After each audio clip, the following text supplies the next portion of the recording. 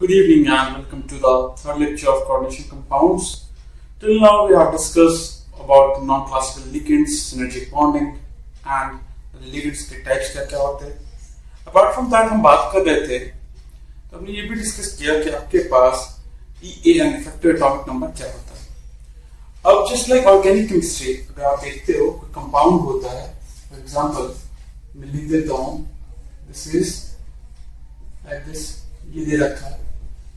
आपसे पूछता हूँ व्हाट इज द नेम, तो आप इसका नाम बता देते हो. यस, आप सिंपली इसका नेम बताने लगते हो. This is nothing but 1-chloro-propane. Just like that मैं ऑर्गेनिक स्ट्रक्चर्स बनाता हूँ, वैसे ही मैं कोऑर्डिनेशन कंपाउंड्स को भी बना रहा था. तो उसका नेमिंग कैसे होता है वो भी हमें समझना, ये भी आपके सिलेबस में आता है, कई बार पूछा भी जाता है. इसीलिए मैं आपको लिगेंड्स के नाम याद करवा रहे थे. बट स्टिल कुछ सर्टेन रूल्स है जो आपको फॉलो करना होता है. तो देखते हैं नोमेनक्लेचर पढ़ने वाले नोमेनक्लेचर कोऑर्डिनेशन कंपाउंड्स. सबसे पहले देखेंगे simple cation and complex अनायन. Simple cation complex अनायन की बात करेंगे. सबसे पहला पॉइंट क्या है, इस केस में सिंपल आपके पास कटायन है, कॉम्प्लेक्स अनायन है. सबसे पहले क्या देखेंगे, we will name the cation first. Name the cation first, but without number.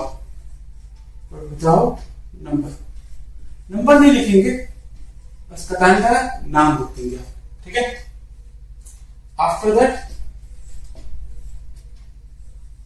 write the name of ligand. Write the name of ligands with number. The name of ligands with number. Third, write the name of metal. Write the name of metal with suffix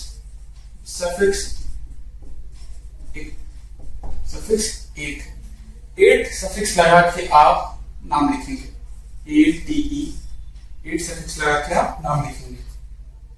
and main चीज, right the oxidation state of metal in bracket. ये 4 चीजें आपको लिखनी है. क्या ध्यान रखना है, सबसे पहले कटायन का नाम लिखोगे नंबर के बिना, फिर लिगेंड का नाम लिखोगे विद द नंबर्स, फिर मेटल का नाम सफिक्स 8 के साथ और ऑक्सीडेशन स्टेट ब्रैकेट में. लाइक ये दे रखा है K4 FeCN6. K4 FeCN6. तो सबसे पहले मैंने क्या कहा, हमेशा लेफ्ट टू राइट नाम लिखा जा रहा है. सबसे पहले मैंने क्या कहा, कटायन का नाम क्या इसका, द नेम इज पोटेशियम. आप देखोगे पोटेशियम. फिर लिगेंड का नाम सीएन मतलब साइनाइडो या फिर साइनो. पोटेशियम हेक्सा 6 है, हेक्सा साइनो. फिर मेटल का नाम, एक चीज ध्यान रखिएगा, मेटल का नाम किस फॉर्म में, तो ग्रीक में. ठीक है, ग्रीक नेम लिखा जाता है. हेक्सा साइनो आयरन का ग्रीक नेम क्या है, दिस विल बी फेरम होता है, सफिक्स 8. ऑक्सीडेशन स्टेट कितना है, ऑक्सीडेशन स्टेट इज रोमन में 2. इसका नाम हो जाएगा पोटेशियम हेक्सासाइनोफेरेट 2. सिमिलरली अगर मैं पूछूं आपसे what is the name of this, KAgCN twice, क्या लिखोगे, नाम हो जाएगा पोटेशियम, नाम लिख दिया. After that dicyano, then argentate, oxidation state is 1. तो हेक्सा डाइस ये बात भी समझ में आ गई कि जब भी आप देखते हैं इस केस में more than one ligand is present, more than one ligand is present, one ligand is present we use di, tri, tetra and so on. Di, tri, tetra हम यूज करते हैं और उसके साथ आगे भी बढ़ते जाते हैं। ठीक है, तो बेसिकली ये आपके पास 5 बेसिक रूल्स मैंने बताया। इसके अलावा भी आगे भी पढ़ेंगे, पर पहले आप इसे लिख लें, फिर आगे रूल्स देखते हैं। Please right it down.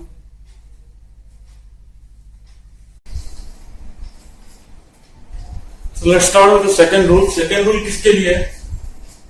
Second rule अब हम बात कर रहे हैं जहां पे आपके पास कॉम्प्लेक्स कटायन है, कटायन कॉम्प्लेक्स होगा एंड सिंपल अनायन, अनायन में सिंपल रखा है। ठीक है, तो रूल क्या है इसके लिए? रूल नंबर 6 की अगर बात करते हैं तो हम क्या लिखेंगे? write the name of the cation. cation का नाम लिखें with English name of the metal. Metal का नाम इंग्लिश में लिखिए। पिछले बार किसमें लिखा था? तो ग्रीक में। अभी किसमें लिखेंगे? तो इंग्लिश में। ऐसे लाइक एग्जांपल देखते हैं। ये मैंने CuH2O, ठीक है, CuH2O 6 and Cl2। नाम क्या होगा? पहले लिगेंड का नाम एक्स्ट्रा एक्वा, ये लिख दिया। कॉपर, ठीक है, क्यूपरम नहीं बात करेंगे, कॉपर लिखेंगे। इंग्लिश नेम ऑक्सीडेशन स्टेट तो ऑब्वियसली जैसे लिख रहे तो वैसे लिखोगे, 2 है, और उसके बाद अनायन तो क्लोराइड, लाइक दिस, इस तरह चला जाएगा। ओके, यदि बात समझ में आ गई होगी। प्लैटिनम H2O4, ये भी न्यूट्रल है, and let's say we take SO4, क्या लिखोगे? एक्वा ही है। अगर आप एक्वा नहीं लेना चाहते हो, दूसरा पे लिख ले लो, कार्बोनाइल ले लेते इस बार। चलो क्या लिखेंगे? टेट्रा कार्बोनाइल, टेट्रा कार्बोनाइल, फिर प्लैटिनम। कोई सफिक्स भी नहीं है इसमें, ठीक है। ऑक्सीडेशन स्टेट ऑब्वियसली इसमें भी देखोगे तो +2 है, and then sulphate, tetra carbonyl, platinum 2, sulphate, hexa aqua, copper 2, chloride. इस तरह से आपका चला गया। किसके लिए? कॉम्प्लेक्स कटायन सिंपल अनायन के लिए। बाय द वे, हम अगले रूल पे जाते हैं। अगला रूल थोड़ा इंटरेस्टिंग है। अगला रूल ये कहता है, if bidentate or polydentate ligand is present,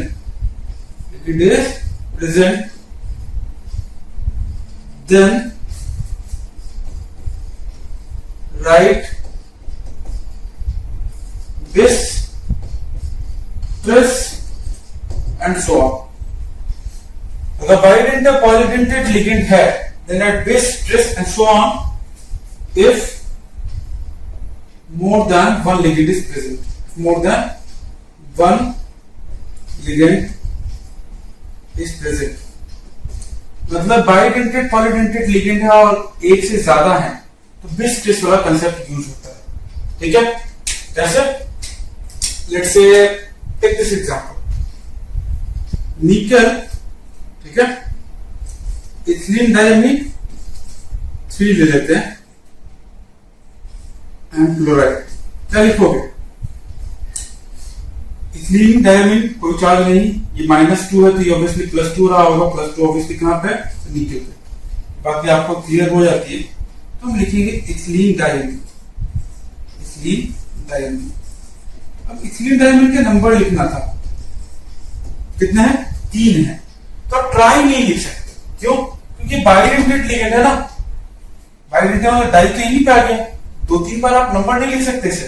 आपको यहां क्या लिखना होता है? 3 के लिए it will be tris. The tris ethylene diamine फिर nickel, English name, oxidation state 2, then chloride. इस तरह से बात बनेगी। एक बात ध्यान रखिएगा, बिस, ट्रिस, ये सारे केसेस भी सामने आ सकते हैं। तो अभी तक हमने 7 रूल्स आईपीसी नॉमेनक्लेचर के यहाँ पे देखा। 8वां रूल देखते हैं, इसे नोट करें। 8 रूल देखेंगे। ओके, 8th रूल तो सिंपल सा है, जो आप पहले ही पढ़ चुके हैं, उसी की बात करेंगे। What is the 8th rule? 8th rule ये कहता है, if more than one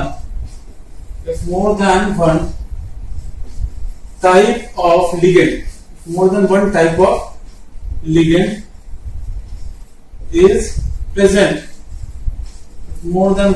ligand is present, एक से ज्यादा लिगेंड प्रेजेंट है, then write the name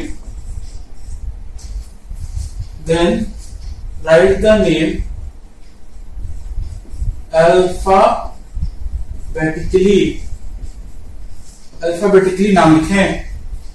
ठीक है, एक से ज्यादा लिगेंड प्रेजेंट है, अलग अलग टाइप के, अल्फाबेटिकली नाम लिखा जाता है। ठीक है, अल्फाबेटिकली आपको लिखना है, मतलब डिक्शनरी वाइज, पहले नाम आएगा आप उसको पहले लिखेंगे, जो नाम बाद में आएगा उसको बाद में लिखेंगे। लाइक अगर मैं इस तरह से लिख दूं CuH2O4 and after that CO2 and Cl2। अब देखो यहां पे 2 लिगेंड है, एक तो एक्वा है और दूसरा क्या है, कार्बोनाइल। क्या लिखोगे?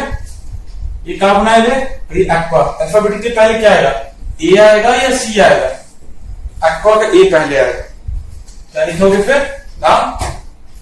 नाम में ध्यान रखिएगा, क्या लिखते हैं फिर? 4 है तो टेट्रा एक्वा। ठीक है, टेट्रा एक्वा। अलग अलग लिखोगे तो इस तरह से लिख सकते हो, साथ में लिखोगे तो इस तरह से लिख सकते हो। अगर आपको अलग लिखना है तो टेट्रा एक्वा, कोई इशू नहीं है, लिखा जा सकता है। Tetra aqua carbonyl, di carbonyl. अब एक प्रॉब्लम और सामने आती है, सर डी तो पहले आता है टी से, मैंने लिगेंड का नाम बोला है, हमेशा लिगेंड का नाम होता है। ठीक है, तो दिक्कत है, यहां लिख लो di, tri, tetra, bis, tris are not counted in alphabetical order। Alphabetical order में इन्हें काउंट नहीं करते हैं, समझा? अल्फाबेटिकल ऑर्डर में नहीं आते। किसको देखेंगे? एक्वा का ए पहले आएगा, कार्बोनाइल का सी बाद में। तो टेट्रा एक्वा डाइकार्बोनाइल है क्या? Copper, oxidation state 2, then chloride. Chloride का नंबर मैंने डाई क्लोराइड क्यों नहीं लिखा? क्योंकि नहीं लिखा जाता, जो बाहर होता है नेशनल स्फीयर में हम उनका नंबर नहीं लिखते हैं। आप ध्यान रखिएगा, नंबर बस कॉम्प्लेक्स जो अंदर होते हैं उसी में लिखा जा सकता है, बाहर वालों को नहीं लिखना होता। कैसे लिखोगे नाम? अगर आपके पास नाम हो और स्ट्रक्चर ड्रॉ करना है तब कैसे लिखोगे? ऑक्सीडेशन स्टेट बताता है, आप समझ में आ जाती है। चलो ये देखो, आप लोग बताने की कोशिश करें। FeCl4 H2O6, sorry FeCl4 FeCl2 ले लेते हैं, H2O4 ले लेते हैं। ठीक है, और लेट्स से Br ले लेते हैं। सारे लिगेंड्स अलग अलग थोड़े से लेते हैं। एक्वा का ए, साइनाइड का साइनो। पहले कौन आएगा? एक्वा का ए पहले, tetra aqua, tetra aqua di cyano, di cyano iron. Oxidation state please निकालिएगा, तो ये आएगा ब्रोमाइड। मैं यहाँ पे कॉमा पे ध्यान नहीं दे रहा, कॉमा कब लगे, जैसे यहाँ पे आप कॉमा देना चाह रहे हैं, यहाँ पे देना चाह रहे हैं, इससे फर्क नहीं पड़ता। एक्चुअली से कोई फर्क नहीं पड़ता, बोर्ड्स में फर्क नहीं पड़ता। नाम नंबर आपको पूरे मिलेंगे। ठीक है, नंबर पूरे मिलते हैं। ठीक है, और एग्जाम कॉम्पिटिटिव एग्जाम में तो नाम सामने होता है। तो आपको ध्यान क्या क्या देना है? लिगेंड के नाम पे, अल्फाबेटिकल ऑर्डर पे, इन सब चीजों पे फोकस कीजिए, रूल्स में आ रहे हैं। Okay, clear? क्या नाम लिख के देखते हैं? लेट्स से जिंक है, जिंक दे दिया, zinc CO4, zinc CO4 and zinc CO4 ले लिया, NO ले लिया, NO ले लिया 2,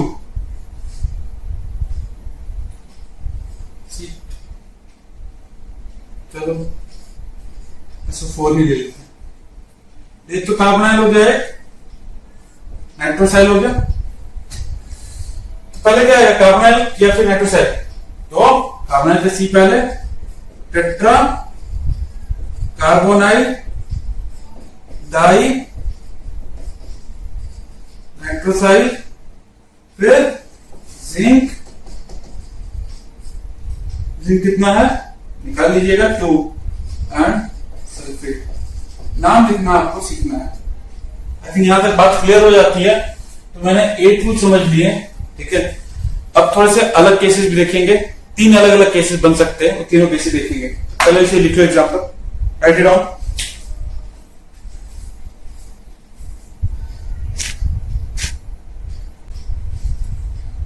सो डिफरेंट केसेस देखते हैं, रूल नंबर चेंज करते हैं। Let's start with rule number 9 that is applied for bridging ligands. कुछ ligands ऐसे भी होते हैं जो ब्रिज की तरह काम करते हैं। मैंने एग्जांपल्स पहले ही लिख लिए यहाँ पे।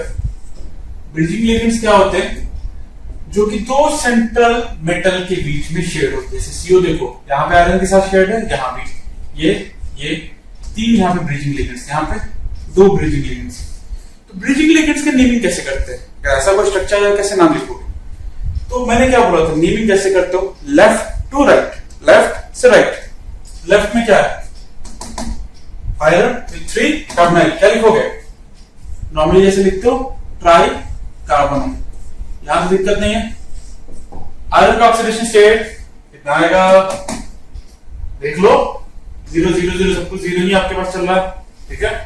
तो चार्ज मैंने यहाँ पे आपके पास नहीं लिखा है, और चार्ज नहीं लिखा है तो ऑब्वियसली आयरन का ऑक्सीडेशन स्टेट भी यहाँ पे क्या है? 0 ही रहेगा, ठीक है। तो आयरन का ऑक्सीडेशन स्टेट आपने लिख दिया 0। फिर हम ये लिख सकते हैं, इंग्लिश नेम लिखना है आयरन इज 0। आफ्टर दैट 3 आपके पास कार्बोनाइल, लेकिन ब्रिजिंग है। ब्रिजिंग के लिए बस एक चीज ध्यान रखना है, एक प्रीफिक्स यूज करते हैं म्यू ट्राई कार्बोनाइल, ठीक है। क्या लिखना है ब्रिजिंग लिगेंड्स के लिए?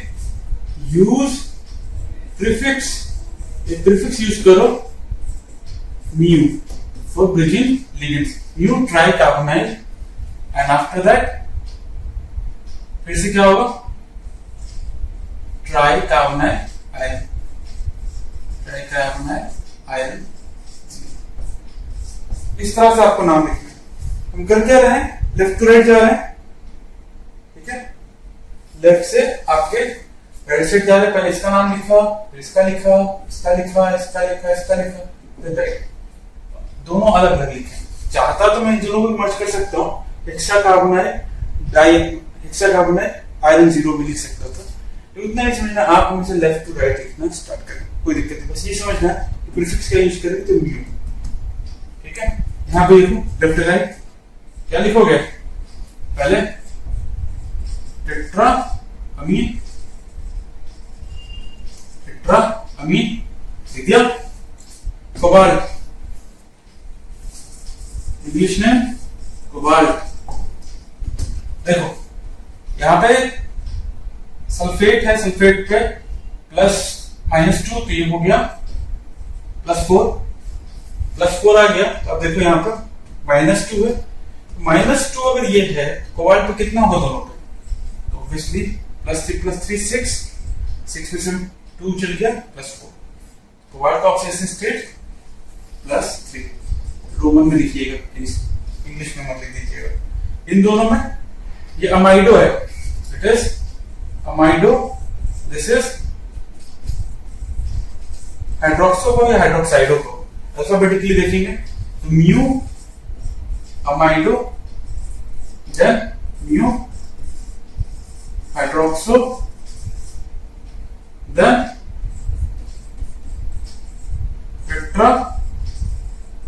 अमीन, कोबाल्ट, इस तरह से करेंगे। तो बस एक ही है रूल में समझने की बात कि अगर आपके पास ब्रिजिंग लिगेंड आए you will have to use a prefix mu. Mu का प्रीफिक्स आपको यूज करना है। ओके, आई थिंक ये बात क्लियर हो जाती है ब्रिजिंग लिगेंड से, कोई इशू में नहीं आएगा। Go for the next one, please note कर लो एक बार। अगला क्या है, या तो हमें कोऑर्डिनेशन कंपाउंड के टाइप्स बताए थे, सिंपल, कॉम्प्लेक्स, कॉम्प्लेक्स कटायन। इसी मैंने बात की थी, कॉम्प्लेक्स कटायन भी और कॉम्प्लेक्स अनायन भी। तब क्या करेंगे, complex cation and complex cation भी है, कॉम्प्लेक्स अनायन भी है।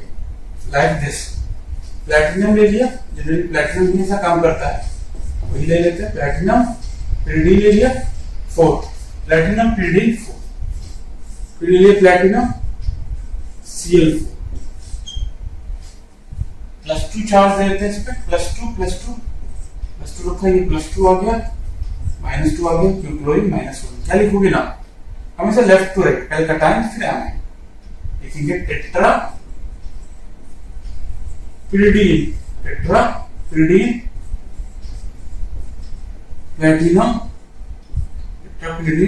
प्लैटिनम 2, हमेशा रोमन में।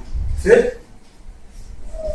टेट्रा फ्लोरो लैक्टिनेट, क्यों, अनायन है, 8 सफिक्स आएगा, गलती मत कीजिएगा, अनायन में हमेशा 8 आता है, बताया है। ठीक है, ऑक्सीजन स्टेट में थोड़ी दिक्कत हो सकती है, प्रैक्टिस के साथ वो भी हो जाएगा क्लियर, कोई इशू नहीं है। प्लैटिनम लिख दिया, H2O, लेट्स से प्लैटिनम 2 4 ले लेते हैं, CO2 ले लेते हैं। ठीक है, प्लैटिनम इसमें ले लिया, इस पर दे Cl2 दिया। हमेशा दोनों पे चार्ज सेम होना चाहिए, निकालिएगा, +2 आएगा, आपके पास आएगा +2। क्या लिखोगे, अल्फाबेटिकली जाएंगे, tetra aqua di carbonyl platinum 2। Left side right side चलते हैं, di bromo di chloro, alphabetically लिखा है, then प्लैटिनेट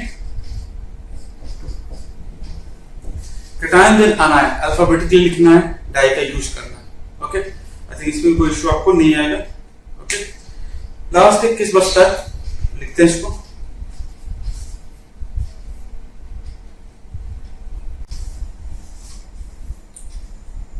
Coming to the last case of nomenclature, the last rule, that is concerning the pi ligands. pi ligands का case मैंने आपको बताया था, ये pi ligands आते हैं तो कोऑर्डिनेशन नंबर ऑक्सीडेशन स्टेट के टाइम में एक बात बताई थी कि pi ligands को रिप्रेजेंट कैसे करते हैं। फॉर एग्जांपल लेट्स सी, मान लो आपके पास ये केस दिया गया है, आप बताइए कौन सा केस है, ये किस केस मैं कर चुका हूँ, समथिंग लाइक दिस, ऐसा था, आयरन है, फिर कुछ ऐसा दे रखा है, अगेन आयरन है, रिलेशन जो है कंप्लीटली रिंग से किया मैंने। चाहो तो मैं ऐसा ड्रॉ कर सकता हूं, या फिर चाहूं तो मैं क्या कर सकता था, चार्जेस माइनस साइन हटा दिया, रिंग बनाती माइनस के साथ, हटा दिया, रिंग बनाती माइनस के साथ। बेंजीन की रिंग जैसे आप देखते हो वैसे ही बनाया जाता है, रिप्रेजेंटेशन करने का तरीका है। ठीक है, बहुत इंपॉर्टेंट कंपाउंड है, कॉमन नेम तो मैंने इसका बता दिया था, फेरोसीन। ये भी मैंने बात की थी कि ये किस टाइप का कंपाउंड है, तो मैंने कहा था इट इज सैंडविच कंपाउंड। ठीक है, कॉमन नेम भी क्वेश्चन पूछा जा सकता है, very important compound, sandwich compound है। डायरेक्ट नीट एग्जाम में पूछ लेंगे व्हाट इज कॉमन नेम। काफी इंपॉर्टेंट सब्सटेंस है, इसलिए डायरेक्ट पूछा सकता है। बट आपसे ये भी तो पूछ सकते what is the IUPAC name, ठीक है। आईयूपीएसी नेम कैसे लिखोगे, मैंने बताया था। ऐसा केस अगर आता है, we use terms like eta, 5 carbon की ईटा 5 साइक्लो पेंटा डाइइनाइड, ईटा 5 साइक्लो पेंटा डाइइनाइड। आगे क्या लिखेंगे प्रीफिक्स, तो बिस, बिस ईटा 5 साइक्लो पेंटा डाइइनाइड आयरन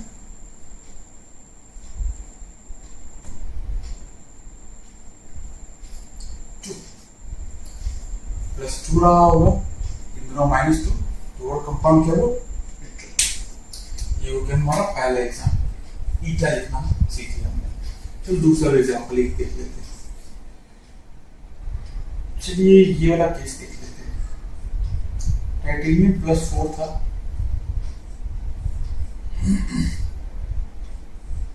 कैसे रिप्रेजेंट करेंगे, तो ये तो मैं एहसास दे देता हूँ।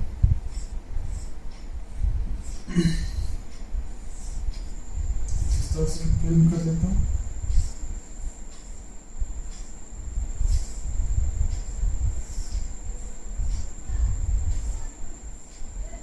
और देखना मैंने रिंग्स के अंदर से नहीं पास किया, इसे निगेटिव का बस डोनेट कर रहा हूँ।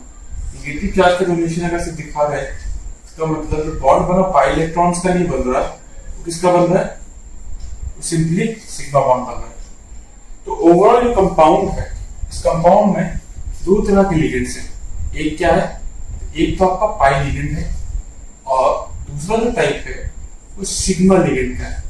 सिग्मा लिगेंड में सिर्फ डोनेशन किसका हो रहा है, तो निगेटिव चार्ज जो मैंने बनाया उसका। तो 2 अलग अलग टाइप की मैं बात कर रहा था। सिग्मा लिगेंड ये दोनों हो गए, पाई लिगेंड्स ये दोनों हो गए। नेमिंग क्या लिखोगे, तो साइक्लोपेंटाडाइनाइल ही है, ठीक है। सिंस अगर ये पाई डोनेशन नहीं दिखा रहा है, नॉर्मल है, तो उसको साइक्लोपेंटाडाइनाइल ही लिखेंगे। बट ये भी कितने नंबर देखें तो 2, 20 साइक्लोपेंटाडाइनाइल। इन दोनों का नाम भी क्या आएगा आगे, तो इसके आगे नाम में आएगा 20 लिख लेते पहले, ईटा 5 साइक्लोपेंटा डाइनाइड, ठीक है। दोनों आ गए। ईटा नॉमेनक्लेचर में पीछे आ रहा है, इसलिए ईटा 5 लिखा मैंने।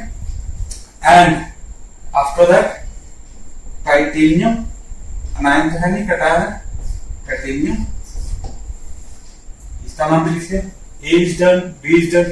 तो एक और एग्जांपल ले लेते हैं, जिसको मैंने कहा था बहुत इंपॉर्टेंट सॉल्ट है, जीस्ट सॉल्ट नाम दिया था मैंने, आप लोग को आई थिंक याद रहा हो, दैट विल बी बेटर। मैंने कहा था that is platinum chlorine chlorine chlorine, यहां मैंने ले लिया था C2H4। नाम लिखिए, इसका क्या होगा। अगर इसकी बात करते हैं इस केस में, तो ओवरऑल आपके पास 3 लिगेंड तो सेम ही है, 3 लिगेंड तो सेम ही है आपके पास, 1 2 3, ये 3 लिगेंड तो सेम है। इस चार्ज की अगर बात करते हैं तो याद होगा कि पॉजिटिव आगे था और माइनस है, माइनस क्यों, क्योंकि प्लेटिनम क्या है +2 -2। तो कैसे लिखोगे, पहला नाम तो आप हमेशा कटायन का लिखोगे, फिर क्लोरो, और ये क्या है इथिलीन, हम लिखेंगे ट्राई क्लोरो फिर इथिलीन। अब ये बात ध्यान रखो, इथिलीन डायरेक्ट नहीं लिख रहे हैं, क्योंकि पाई इलेक्ट्रॉन दे रहा है, तो हम ईटा 2 कार्बन इन्वॉल्व है, ईटा 2 इथिलीन, फिर प्लैटिनम ब्रैकेट में इस तरह से। तो आई थिंक तीन important compound, kerosene, this one and this salt, सारे आपके पास आ गए। आपने सबके नाम दिए थे करके देख लिए। So try to practise more names. आपको जो शीट मिलेगी उसमें काफी नाम होंगे, आप उसकी प्रैक्टिस करें and try to solve it. Okay, homework में और क्वेश्चन में दे देता हूँ, लिख लिया हो लिख लो क्वेश्चन, बस ये देख लो, इसका आप नाम बताना मुझे, ठीक है। I will tell the name again in this class. Chromium दे देते हैं, बेंजीन दे देते हैं, +3 दे देते हैं, इंजीनियर बेंजीन दे देते हैं। चलिए इसका नामकरण कीजिएगा, what is the name of this compound, ठीक है। कैटायन है, आप नाम लिख सकते हैं, कोई प्रॉब्लम नहीं। हाँ, आयनिक आ गया तो आपको यहाँ पे लास्ट में आयन का नाम नहीं लिखना, ऑक्सीडेशन स्टेट आपको बता देगा तो स्ट्रक्चर क्या होगा। Okay, so the next topic जो हम डिस्कस करेंगे that will be your structural isomerism, ठीक है। आइसोमेरिज्म टॉपिक में जाएंगे, प्लीज इसे नोट कर लें।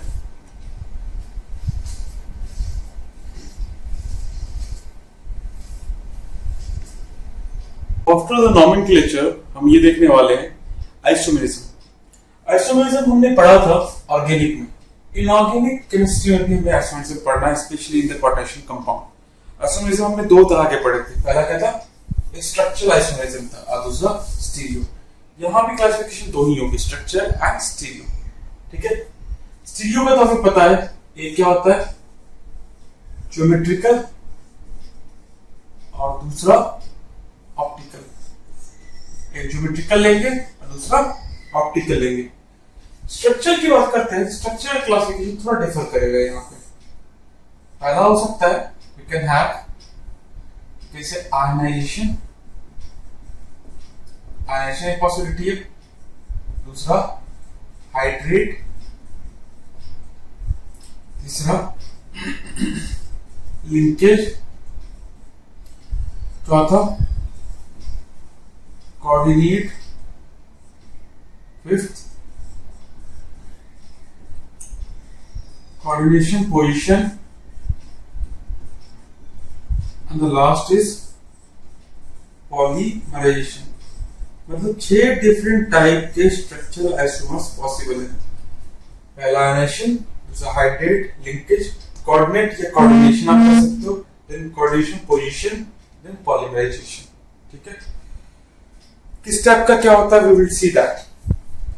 स्टीरियो ज्योमेट्रिकल ऑप्टिकल है, बट इसको भी हमें देखना होगा कब किस कॉन्फ़िगरेशन में आपका स्टीरियो शो होगा। सब शो कर सकते हैं या कुछ स्पेशल केसेस में शो हो सकता है, you have to look into that too. Isomerism अपने में काफी अच्छा और इंपॉर्टेंट टॉपिक है, एंड अगर हम स्टार्ट करते हैं तो we are not able to wide it up. So isomerism पे topic we will discuss one by one in the next lecture. Okay, तो आइसोमेरिज्म हम नेक्स्ट लेक्चर में कंप्लीट डिस्कशन में लेंगे। सो आई थिंक आपका बस इतना सा काम रहेगा कि नॉमेनक्लेचर की एक शीट आपको मैं दूंगा, it will contain around 20 question. आप उसके नाम को आप प्रैक्टिस करें। बोर्ड पॉइंट ऑफ व्यू से काफी ज्यादा इंपॉर्टेंट है, नीट पॉइंट ऑफ व्यू से भी इंपॉर्टेंट है, मेंस पॉइंट ऑफ व्यू से, ठीक है। तो आप उसे ट्राई कर लीजिएगा, ठीक है। तो लेक्चर तो मैं यहीं पे आज रुकता हूँ, बट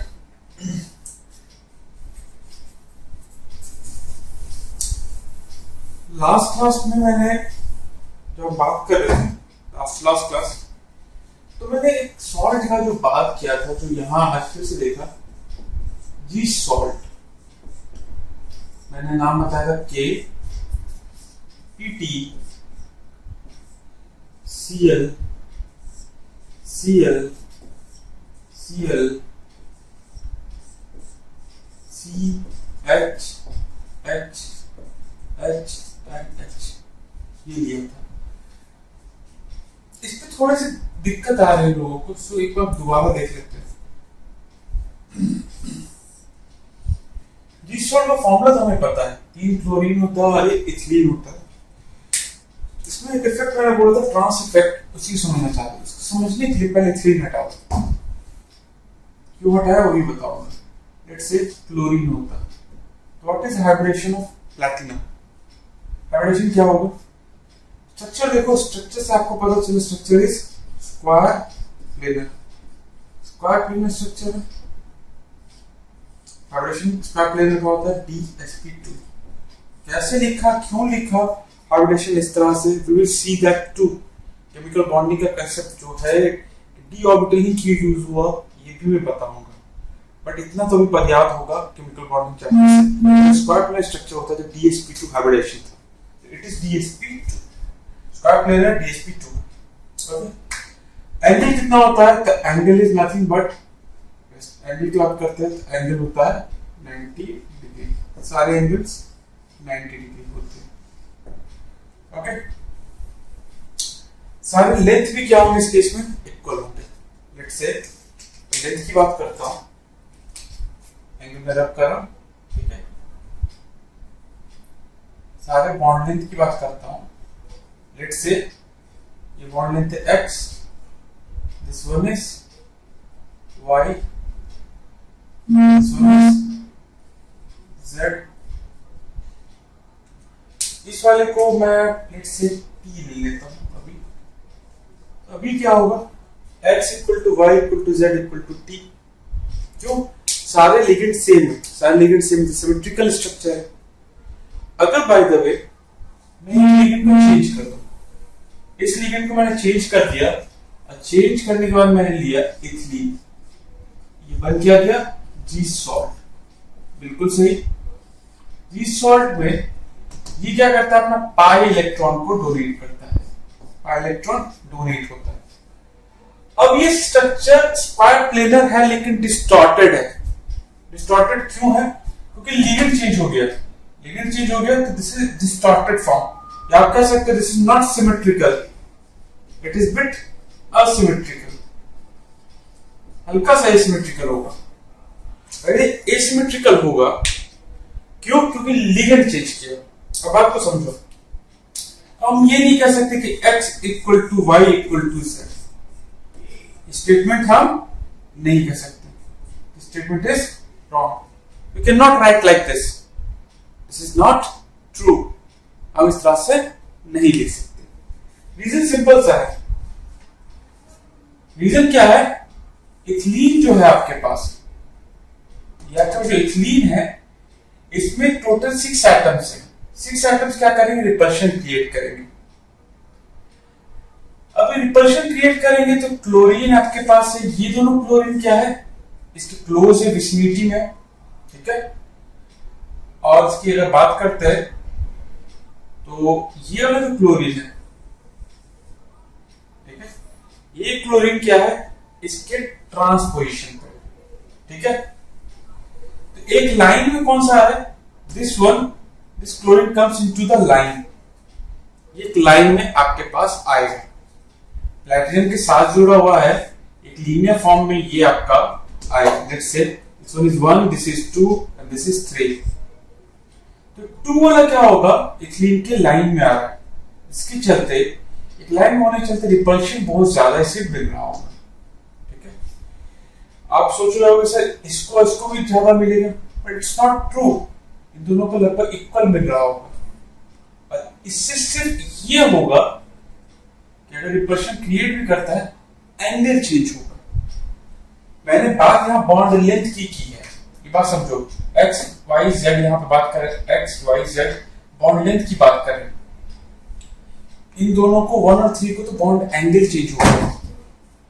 बॉन्ड लेंथ कैसे चेंज होगा, जब प्लैटिनम है, इलेक्ट्रॉन पाई इलेक्ट्रॉन डोनेट करेगा, डोनेशन जैसे जैसे बढ़ेगा ये बॉन्ड लेंथ क्या होगा, क्योंकि स्ट्रेट लाइन में तो इसके चलते ये वाला क्लोरीन एटम, इसकी डिस्टेंस क्या होगी, धीरे धीरे धीरे बढ़ते चली जाएगी। यहां था वो इस तरफ इंक्रीज करेगा।